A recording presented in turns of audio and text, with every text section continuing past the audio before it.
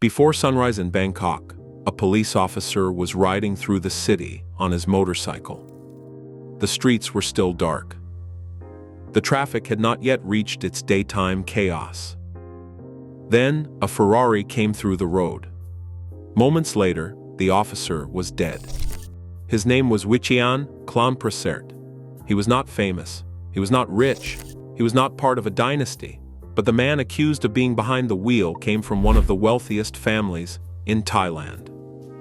Vorayuth Yoovidhya, known as Boss. The grandson of the man who helped create Red Bull, police would later say they followed a trail from the scene of the crash to a luxury family compound nearby. And almost immediately, the story became bigger than a traffic case. Because this was not only about a Ferrari, it was about a family name, a fortune, a global brand, and a question that would haunt Thailand for years. Can the law touch a billionaire heir? For ordinary people, the answer should have been simple. A man was dead. A driver had been identified. The justice system should have moved. But that is not what happened. Instead, the case began to stretch. Summonses were missed. Deadlines passed. Charges weakened. Public anger grew. And the heir at the center of the scandal left the country. The world knew Red Bull as a silver and blue can. A drink sold in gas stations, nightclubs, offices, airports, and stadiums. A brand built on speed, danger, and the promise of flight. But behind the logo was a private empire, a family dynasty, a Thai fortune, an Austrian marketing legend, and an ownership structure most customers never knew existed. This is not just the story of a crash. It is the story of how a drink made for exhausted workers became a global symbol of risk. How two founders from opposite sides of the world built one of the most powerful brands on earth. And how an heir's scandal exposed the darker side of dynastic wealth. The public saw wings. Behind the wings was blood. To understand why the crash mattered so much, you have to go back to a very different Thailand. Long before Red Bull was attached to Formula One cars, football clubs, private jets, and extreme sports, it began with a man who was not born into glamour. Chaleo Yoovidhya grew up far from the world his family would later enter. He was described as a self-made businessman, a quiet man, a private man. A man who understood work because he had lived close to it.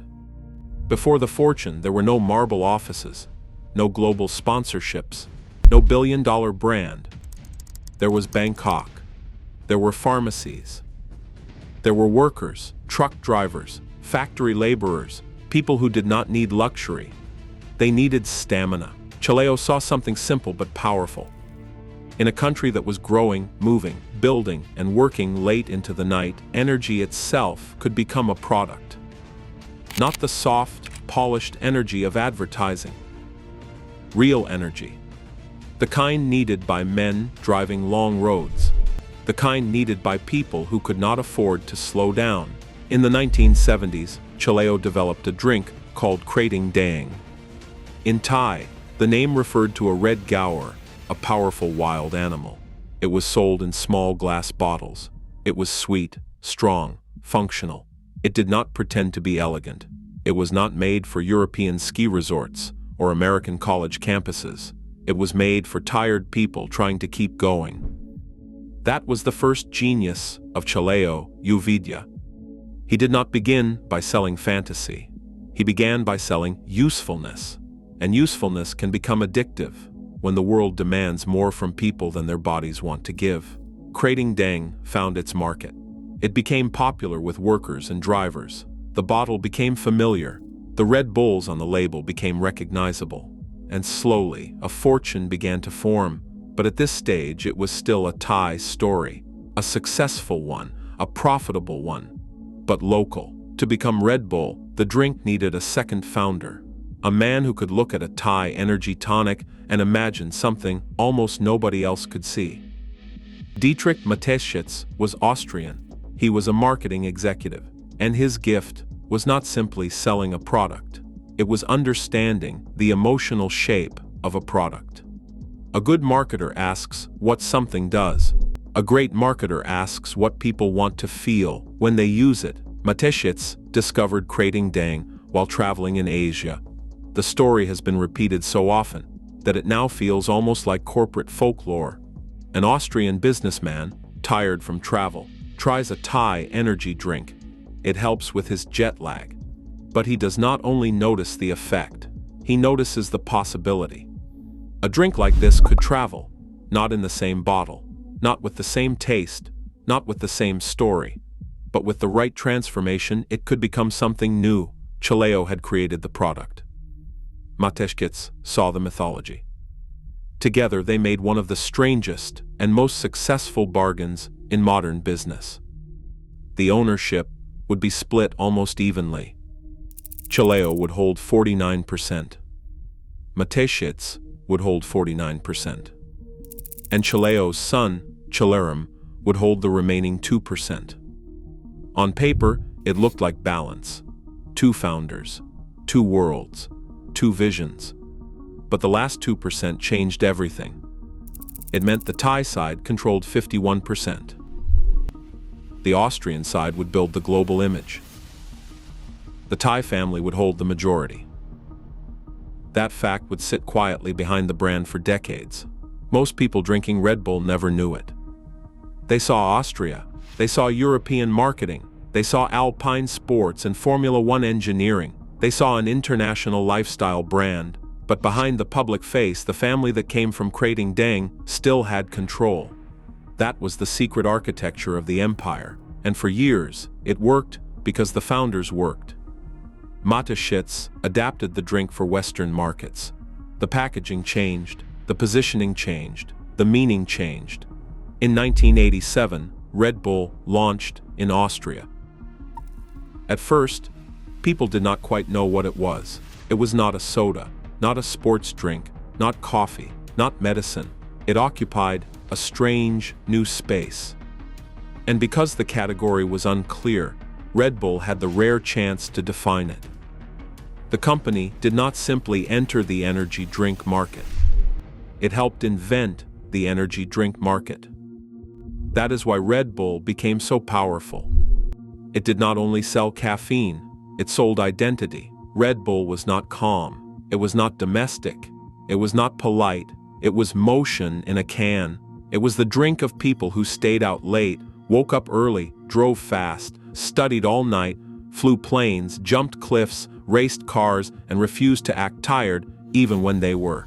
The product promised energy. The brand promised nerve. That difference made Red Bull a marketing weapon. Other beverage companies bought commercials. Red Bull built a universe.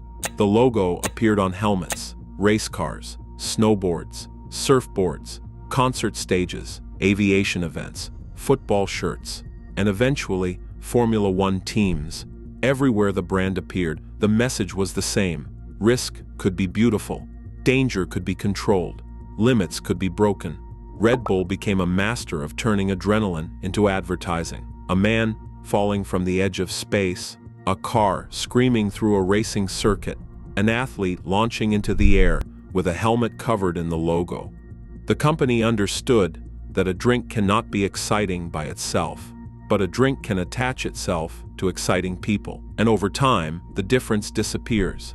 The can becomes the stunt becomes the brand becomes the life people imagine for themselves. It was brilliant, and it made the fortune enormous. But the larger Red Bull became, the stranger its hidden structure looked. Because the brand was global, but the ownership was dynastic. The public face was Mateschitz. The controlling side was Yoovidhya. The drink had been born in Thailand. The image had been perfected in Austria, East and West. Product and myth, family control and founder charisma. For decades, the balance held. But dynasties do not only depend on contracts. They depend on people, and people die. People age, children inherit. New generations arrive inside a system they did not build. That is when wealth begins to change shape. The founder remembers the struggle. The heir remembers the privilege. The founder sees money as proof of survival. The heir may see it as the weather, something always there, something that surrounds him, something that makes the normal rules feel distant. This is where the Red Bull story begins to darken. Chaleo Yoovidhya had built his fortune in a world of work, sales, manufacturing, and patience. His grandson, Vorayuth, grew up in the world that fortune created. Private privilege, expensive cars, international access. A family name that opened doors before anyone asked what was behind them. There is no crime in being born rich, but inherited wealth changes the scale of every mistake. An ordinary scandal becomes a national scandal. An ordinary accident becomes a test of class. An ordinary legal case becomes a referendum on power. And in 2012, that is exactly what happened. The same year Chaleo Yoovidhya died, the family name became attached to a very different story. In the early morning of September 2012, a Ferrari struck the motorcycle of a Bangkok police officer. The officer, Vichian Klanprasert, died at the scene. Police said the car continued on. Investigators followed a trail of fluid from the crash site toward a wealthy neighborhood. The trail led to the Yoovidhya family compound. Soon, Vorayuth Yoovidhya was identified as the driver. He was in his 20s. He was the grandson of the Red Bull co-founder, and he had been born into a fortune most people could barely imagine. At first, the case seemed impossible to ignore. There was a dead officer. There was a damaged Ferrari. There was a famous family. There was public attention, but wealth does not always make consequences disappear all at once. Sometimes it makes them slow down. One delay, then another. One missed appointment, then another. One expired charge, then another. The public watched the case move through time like something sinking in water. Slowly, quietly, always still visible, but never quite close enough to touch. Vorayuth was accused of serious offenses connected to the crash. Police said medical tests showed traces of alcohol and cocaine in his system.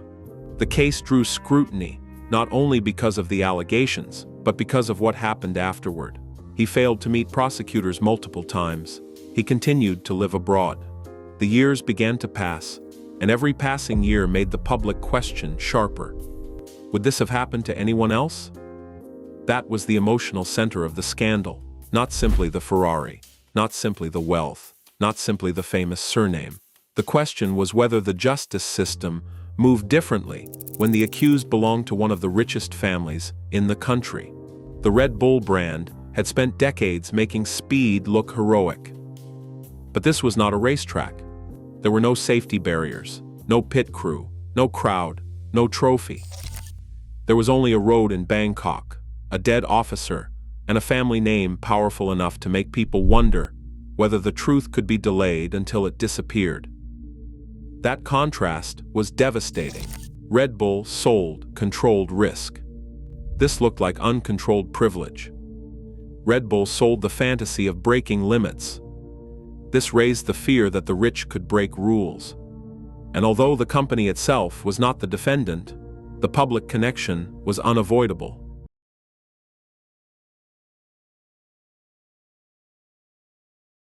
That phrase traveled faster than any legal explanation. It collapsed the distance between a family member and a global brand. It did not matter that corporations have structures. It did not matter that shareholders and relatives are different. It did not matter that a can on a shelf had nothing to do with a road in Bangkok. Dynasties do not work that way in public memory. A family name becomes a single object. The founder, the fortune, the heir, the scandal, everything fuses together. And once that happens, the brand cannot fully control the story. By 2017, nearly 5 years had passed. Then the case entered a new phase. Vorayuth had repeatedly avoided meeting prosecutors. An arrest warrant was finally issued. But by then, he had left Thailand. Reports placed him in other countries, living the kind of international life only the extremely wealthy can afford. Private travel, luxury destinations, Formula One events. The image was impossible to separate from the accusation. A police officer was dead. An heir was abroad. And the clock was still running. That became the cruelest part of the story. In legal cases, time is not neutral. Time can become a weapon. Charges expire, witnesses disappear, memories fade, public outrage cools. A case that once felt urgent can become old, and if enough time passes, the law itself may lose its reach. People did not only see delay,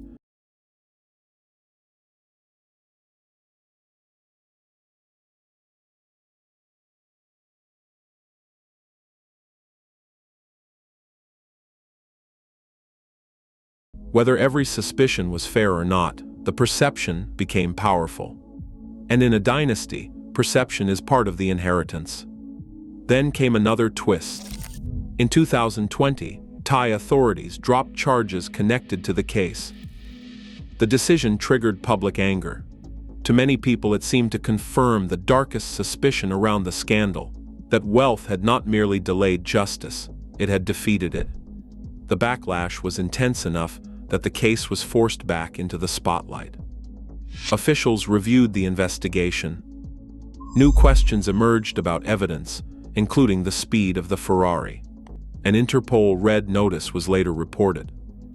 The story that seemed to be fading returned with even more force. Now it was no longer just about the crash. It was about the handling of the crash.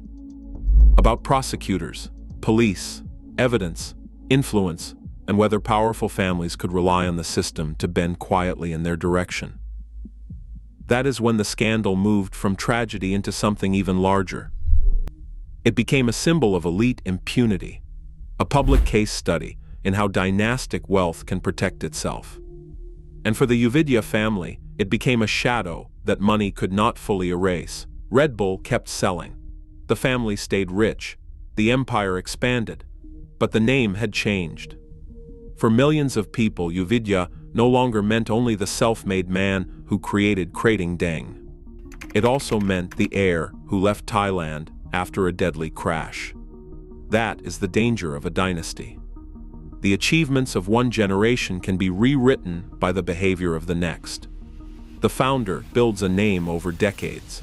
The heir can stain it in one night. The company tried to keep moving. And in business terms, it did. Red Bull remained one of the most recognizable brands in the world. The cans kept selling. The racing teams kept racing. The events kept running.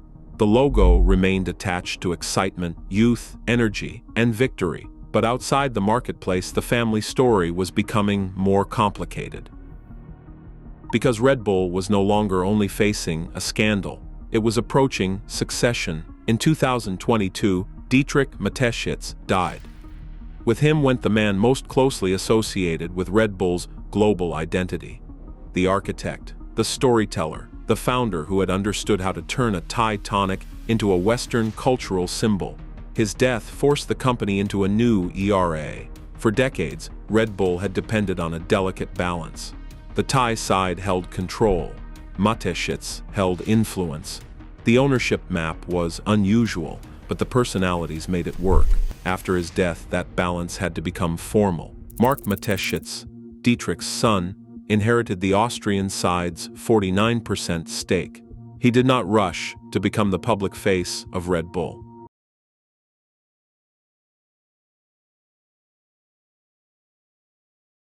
It was a quiet move, almost the opposite of the brand itself. Red Bull was loud. Mark was restrained. Red Bull was built on spectacle. Mark avoided becoming one. On the Thai side, the Yoovidhya family still held the majority. That meant the old 51-49 structure remained central. The arrangement created in the 1980s, almost equal but not quite, still shaped the future of a global empire. But now the founding generation was gone. Chaleo was gone. Dietrich was gone. The company belonged to heirs, shareholders, executives, and professional managers. A three-person board was put in place to manage Red Bull's business affairs. One leader for the beverage business, one for finance, one for corporate projects and investments. It was a corporate solution to a dynastic problem. When the founder disappears, The company must prove it can survive without his instincts. That is not easy. Founders make decisions that never fully appear in documents. They decide what feels right. They decide which risks are worth taking.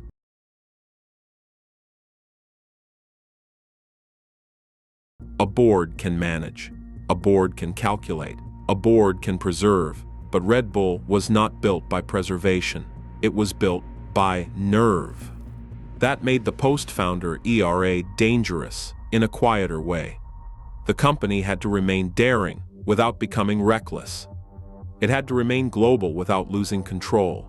It had to keep the brand young while the empire behind it matured into something colder, larger, and more corporate.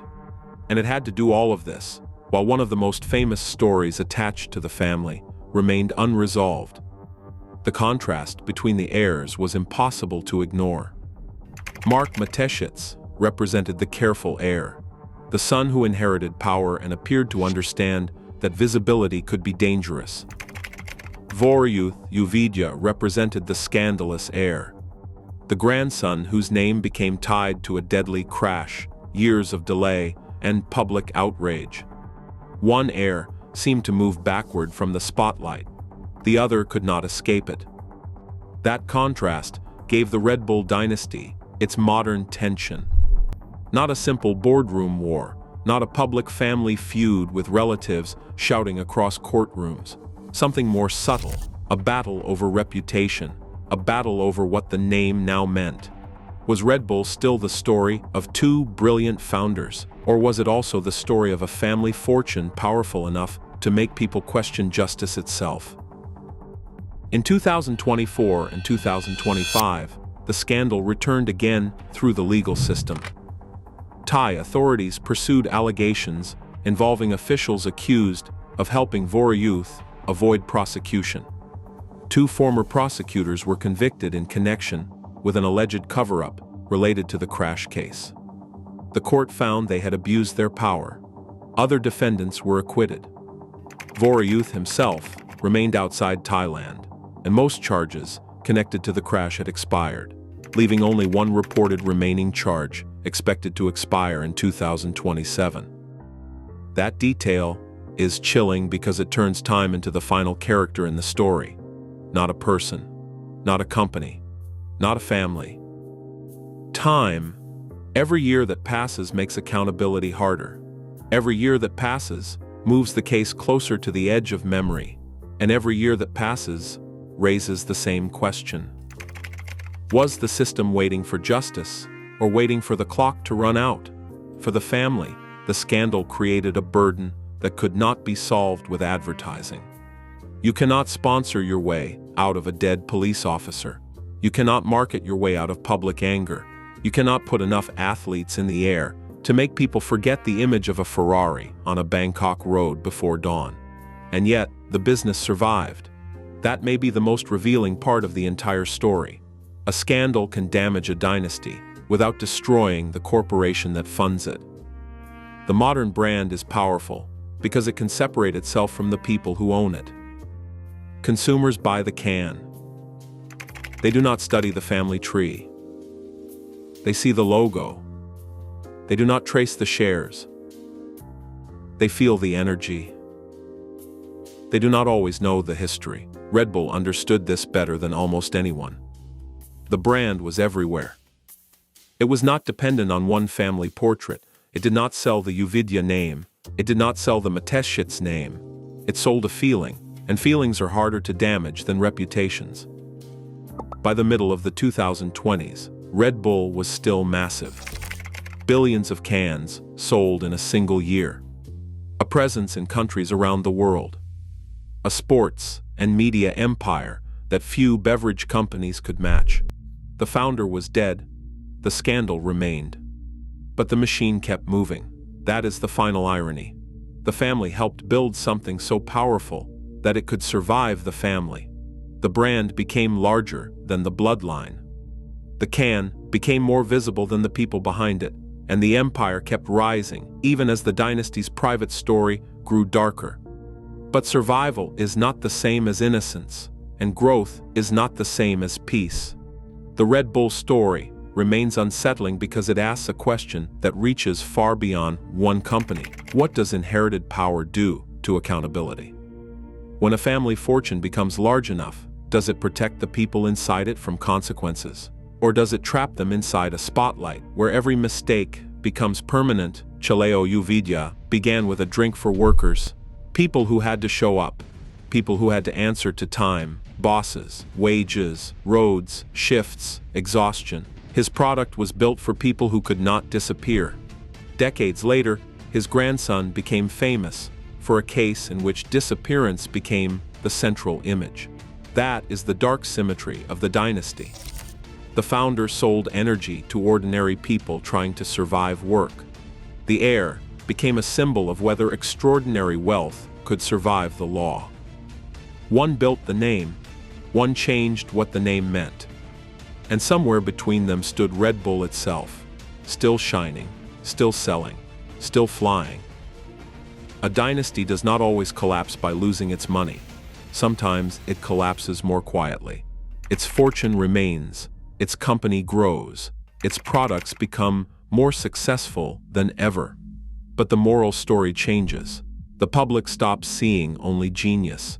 It begins to see privilege. It begins to see protection. It begins to wonder what happens behind gates, inside compounds, inside private rooms where ordinary rules feel negotiable. That is why the Red Bull heir scandal matters. Not because it ended Red Bull, it did not. Not because it erased the founders, it could not.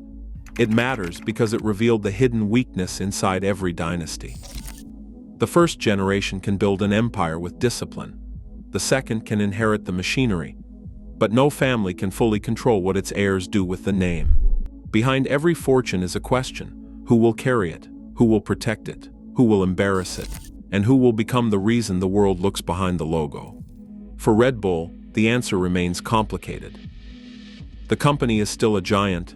The brand still promises wings. The empire still stretches across sport, media, and culture, but the family behind it can no longer be invisible. A police officer died on a Bangkok road. A billionaire heir left the country. A case dragged on for years, and one of the world's most famous brands discovered that even a global empire cannot completely outrun the shadow of its own bloodline. The public saw energy. The public saw speed, the public saw freedom, but behind the can was a dynasty. And behind the dynasty was the oldest problem in wealth. The fortune can be inherited. The discipline cannot. The name can be passed down. The judgment cannot. And sometimes the greatest threat to an empire is not competition, scandal, or the market. It is already inside the family. If you want more stories about wealth and dynasties, betrayal, and the families behind the world's most famous fortunes, subscribe for the next documentary.